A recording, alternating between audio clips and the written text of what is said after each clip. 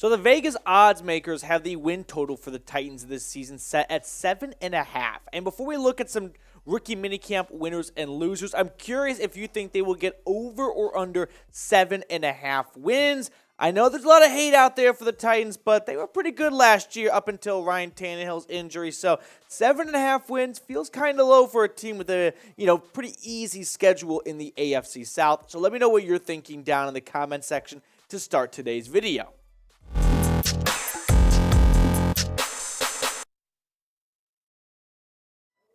What's going on, Titans fans? Welcome into Titans Today by Chat Sports. Matthew Peterson here, following rookie minicamp with some winners and losers. Now, it's rookie minicamp, so winners and losers might not be the best way to summarize how these guys played, but it does do a service of illustrating who did maybe better than other people did. So let's run through it with our first winner being quarterback Will Levis. Now, of course, he was the biggest star at rookie minicamp.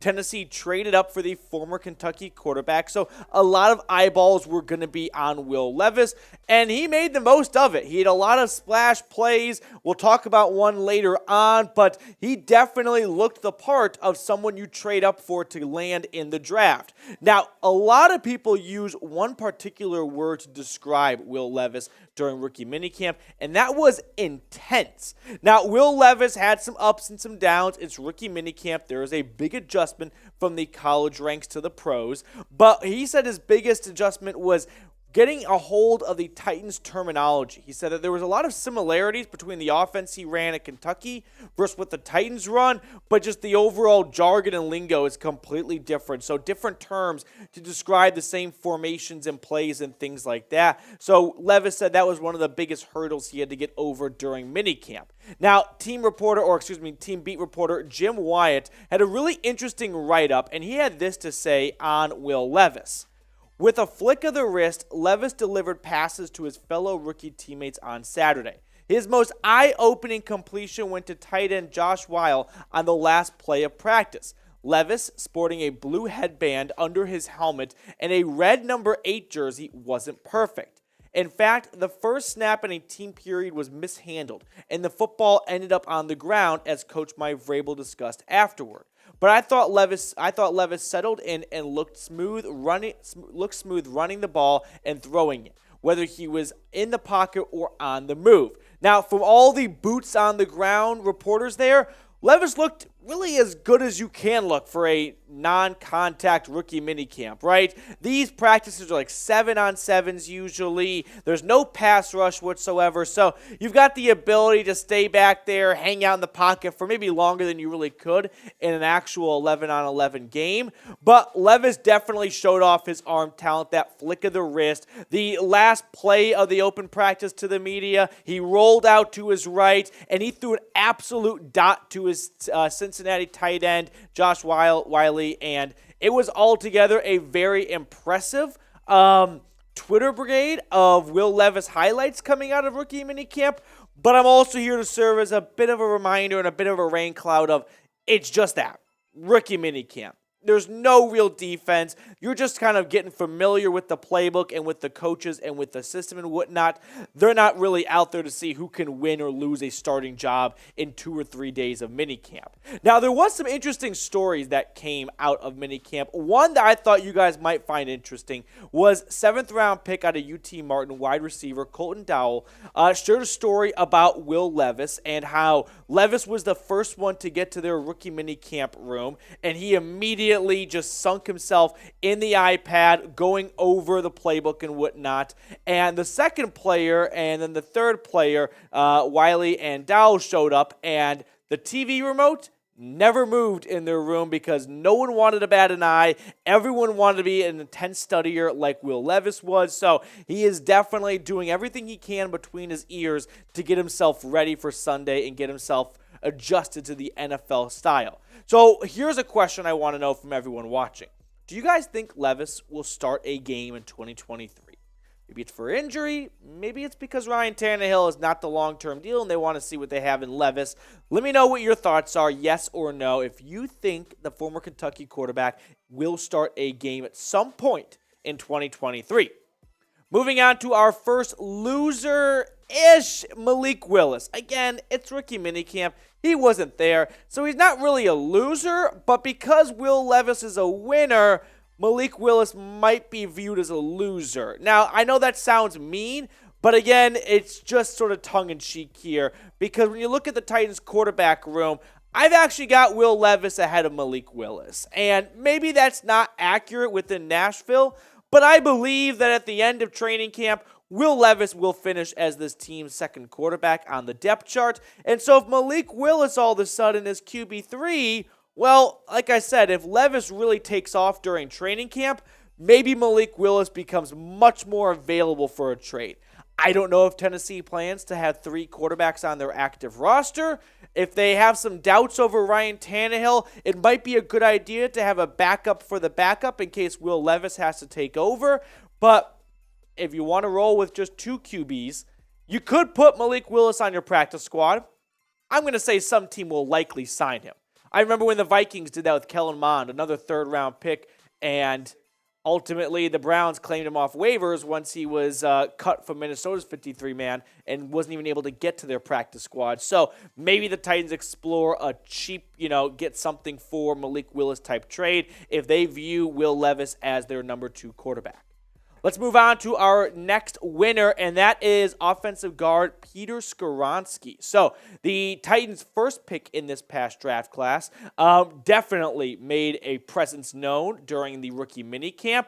He took reps at both guard and tackle. Now, a lot of people expect him to make the switch to guard after being Northwestern's left tackle. Mike Vrabel was very impressed with Skoronski. We know Vrabes, he is a in-the-trenches kind of guy. He wants to be tough up front, and adding Peter Skoronski is going to help remold the DNA of Tennessee Titans football over the last handful of years. Now, I want to share with you guys this one picture. I can't show the whole video, but there you can see Skoronski on the right, sort of, just plowing through another rookie tackle, Jalen Duncan, who is on his rear end. So, Skoronski is flipping pancakes during non-padded practices.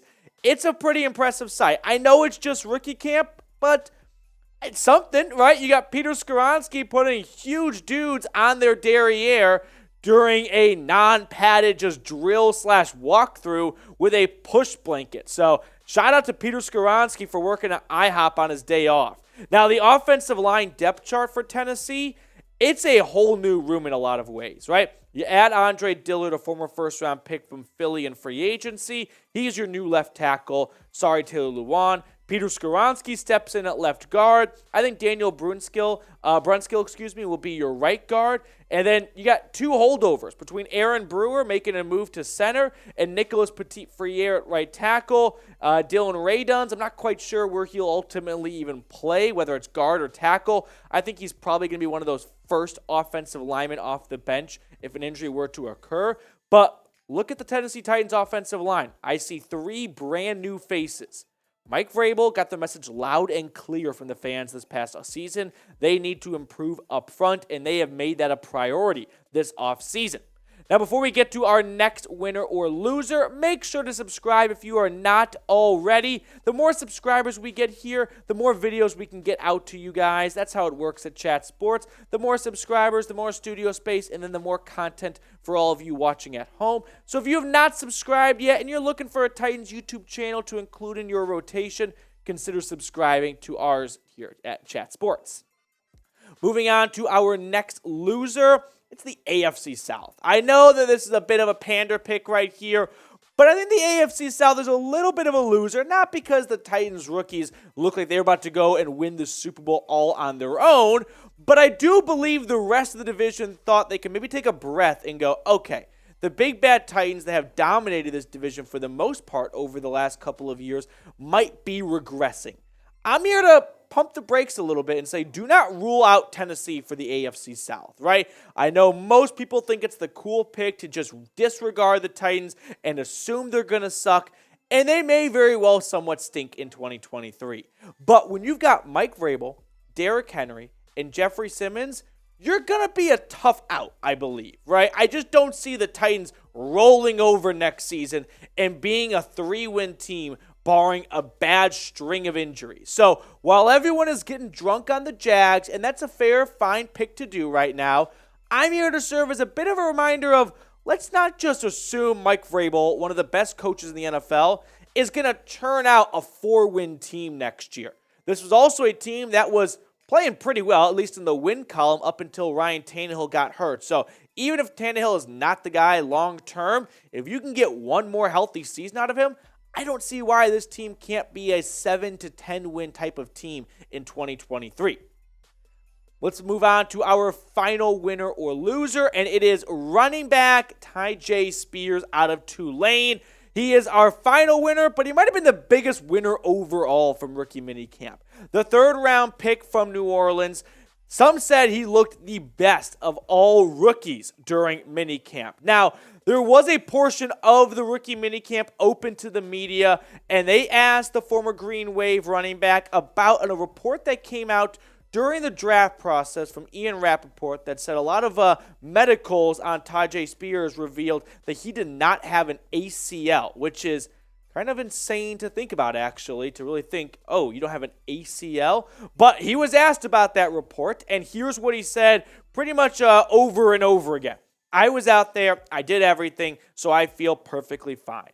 Perfectly fine, healthy. Those were some of the common responses he gave when asked about this medical report. Listen, I'm not a running back. I have both my ACLs, but I've also never torn my ACL and I never lost an ACL. So I'm really in no position to stand here and go, this is what it's like to be without an ACL and how it impacts you. But I do believe Tyjae Spears is this team's RB2 going into the season. I'm not quite sure what the workload will look like between him and Haskins, but I think after Derrick Henry, Tyjae Spears is going to be your change of pace back, especially with, unfortunately, the inevitable father time likely going to catch up to Derrick Henry a little bit. I fully expect Spears to be a real complimentary back to Tractor Cito and do a lot of the stuff that Derrick Henry has done and no problem in the receiving department, but maybe Tyjae Spears can take some carries, take some touches off his workload so he can be a bit more fresher in his last couple of years with the Titans because he is inevitably getting up there in the age column. So maybe Tyjae Spears spells him for, hey, I got this 3rd and 7. I can roll out to the flat and I can be a receiving threat for Tannehill if needed. You take this play off here, Mr. Henry. So I think Spears is going to do a great job of bridging the gap for the last couple of seasons with Derrick Henry in Nashville. Now, with all that being said, if you are ready for football to return, well, like the video. Honestly, YouTube definitely helps it boost the video if you like the video. So if you're looking for an excuse to hit that thumbs up button, how about hibernation coming to an end sometime soon? Hopefully, we can get back to football. And I've always been a big preacher in football's not back until the regular season. So even when training camp rolls around, I'm going to be a bit optimistic or pessimistic and cautious going, I know football's back, but when the first preseason game hits and you don't see the 22 starters on the field, it just doesn't feel the same. It's the worst case of blue balls in sports. So if you are ready for real football to return, hit that thumbs up button. That is it for today's show. Thank you guys so much for tuning in and hanging out with us here at Titans Today. We're going to sign off and see everyone later.